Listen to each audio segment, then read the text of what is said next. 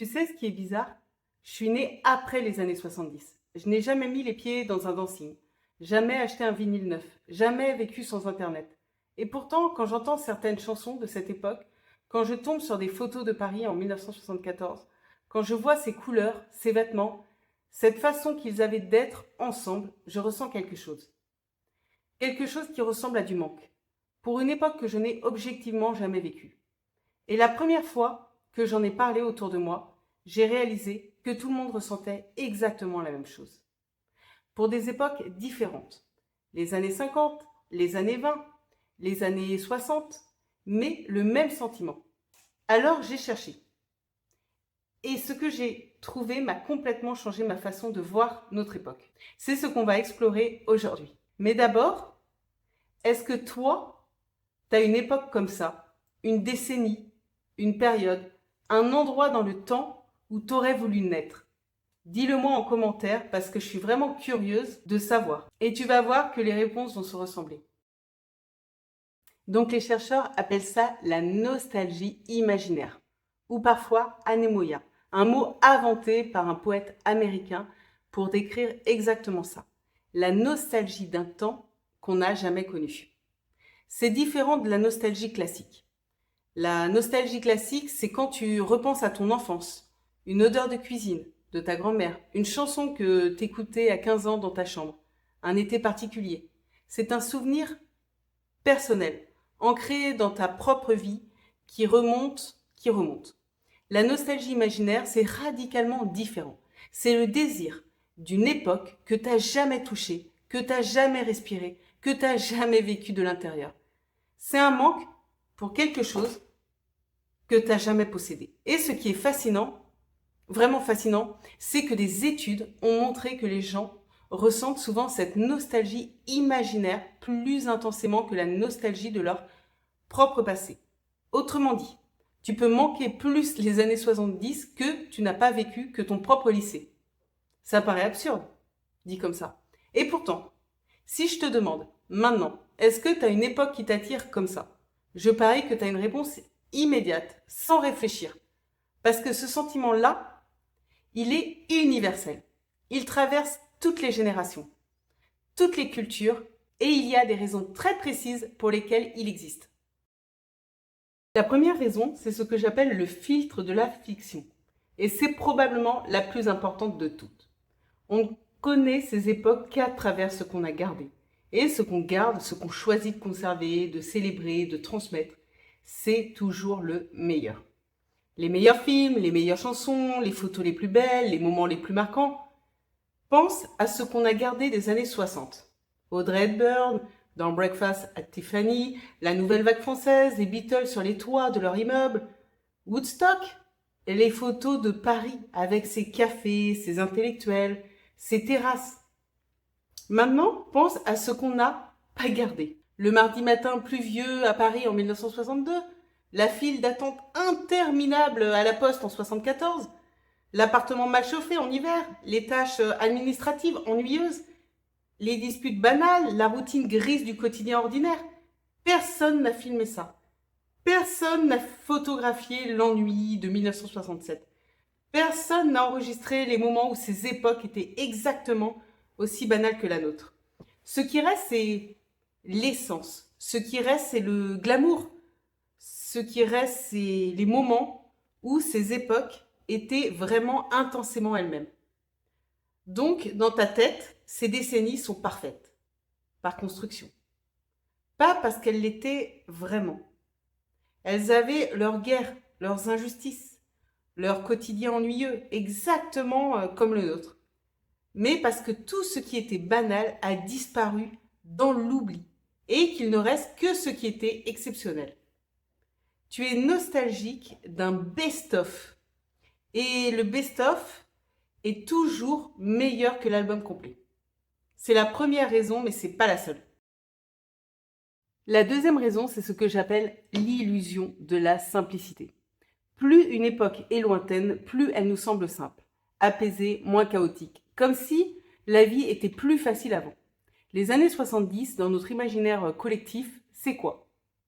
C'est des gens qui écoutent des vinyles dans des salons chaleureux, qui se retrouvent autour d'une table sans téléphone, qui lisent des journaux papier le matin en prenant le café, qui ont du temps, qui semblent présents, qui semblent heureux, d'une façon simple et évidente. Et les années folles, les années 20, c'est quoi dans notre tête? C'est des femmes en robe à franges qui dansent le Charleston, des cabarets parisiens, du jazz qui sort des fenêtres, une énergie de fête permanente, une époque qui célèbre la vie à chaque instant. Et évidemment, c'est une illusion totale, une illusion magnifique, mais une illusion quand même. Les années 70, c'était le choc pétrolier de 1973. Les gens faisaient la queue pendant des heures pour avoir de l'essence. C'était la guerre froide à son paroxysme. La menace nucléaire était réelle, concrète, présente dans les esprits. C'était des tensions sociales et politiques énormes. Grèves, manifestations, instabilité. C'était aussi une époque où les femmes avaient des droits très limités, où certaines communautés vivaient sous des discriminations quotidiennes et violentes. Et les années folles, cette époque de fête et d'insouciance dans notre imaginaire, c'est en réalité l'entre-deux-guerres. Des gens qui sortaient de 4 ans de guerre mondiale, qui avaient perdu des frères, des pères, des amis dans des tranchées, qui faisaient la fête avec, en arrière-pensée permanente, la fragilité de tout. La fête des années folles, c'était pas de l'insouciance, c'était du courage face à la mort. Mais voilà, le truc fondamental, notre cerveau ne ressent pas tout ça. Parce qu'on ne vit pas ces angoisses-là. On les lit dans les livres d'histoire avec une distance totale.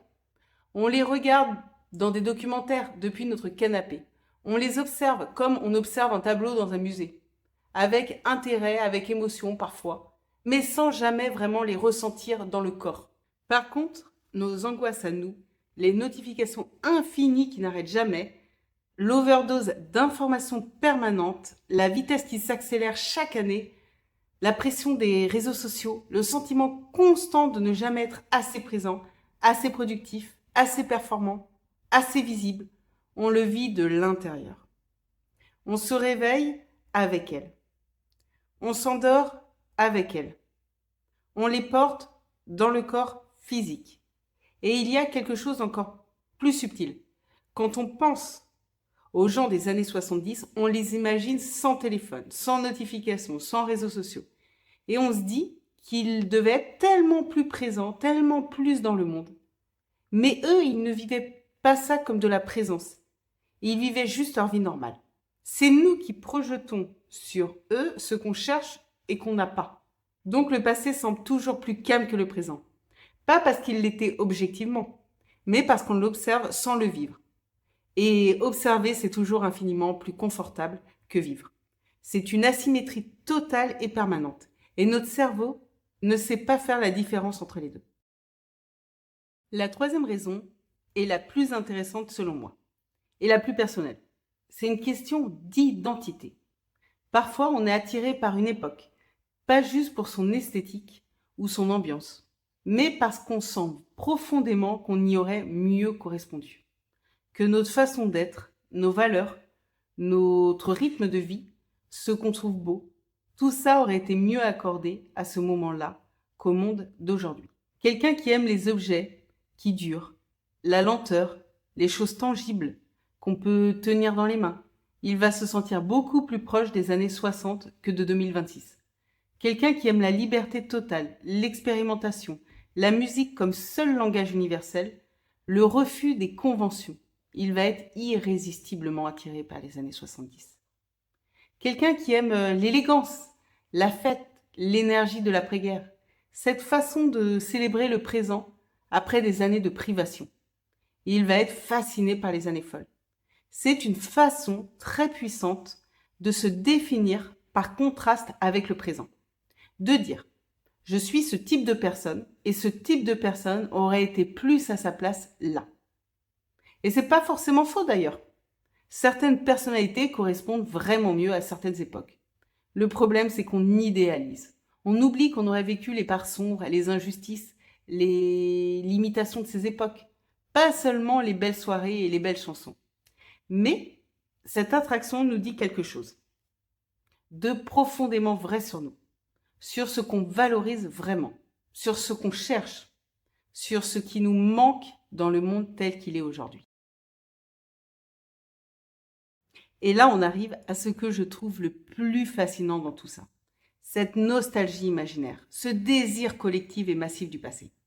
Elle n'est pas anodine, elle est un symptôme, un signal fort. Notre cerveau collectif qui nous envoie un message très clair sur ce qu'on vit en ce moment. Si autant de gens aujourd'hui sont attirés par des époques révolues, c'est parce que notre époque ne leur donne pas ce qu'ils cherchent profondément. La profondeur, la lenteur, le tangible, les choses qui durent. Pensez à la différence de rythme vraiment. Pense-y concrètement. Les années 70 ont duré 10 ans dans la conscience collective. 10 ans. Une chanson comme Hotel California pouvait accompagner toute une génération du début à la fin. Un film pouvait tenir des années dans les cinémas et continuer à exister dans les conversations des gens pendant des décennies. Une mode pouvait s'installer dans le temps, évoluer lentement, laisser une empreinte durable et reconnaissable. Aujourd'hui, on vit dans un rythme complètement différent. Une tendance TikTok dure 3 semaines maximum. Un son viral est déjà oublié après 1 mois. On consomme du contenu à une vitesse telle qu'aucune époque n'a le temps de s'imprimer vraiment en nous. Rien ne reste assez longtemps pour devenir un souvenir. Rien ne reste assez longtemps pour avoir de la valeur. Et les chiffres sont vertigineux. Chaque jour, on produit 500 millions de tweets, 95 millions de photos sur Instagram, des milliards de vidéos TikTok. En une seule journée, on produit plus de contenu que toute une décennie des années 70. Mais est-ce qu'on s'en souvient ? Est-ce qu'une seule de ces choses nous accompagne vraiment ? Et il y a quelque chose de profondément ironique là-dedans. Quelque chose qu'on fait tous sans même s'en rendre compte. On cherche la lenteur dans l'endroit le plus rapide qui existe. On regarde des photos des années 70 sur TikTok en faisant défiler à toute vitesse. On achète des objets vintage, des choses qui ont duré 50 ans sur des applications conçues pour la consommation instantanée et jetable. On regarde des documentaires sur des époques où les gens prenaient leur temps, en accéléré à 1,5 fois pour aller plus vite. C'est paradoxal, mais c'est pas hypocrite. C'est humain. C'est juste qu'on cherche une encre dans le flux le plus instable qui soit.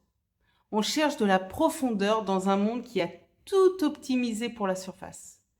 Et notre cerveau le sait.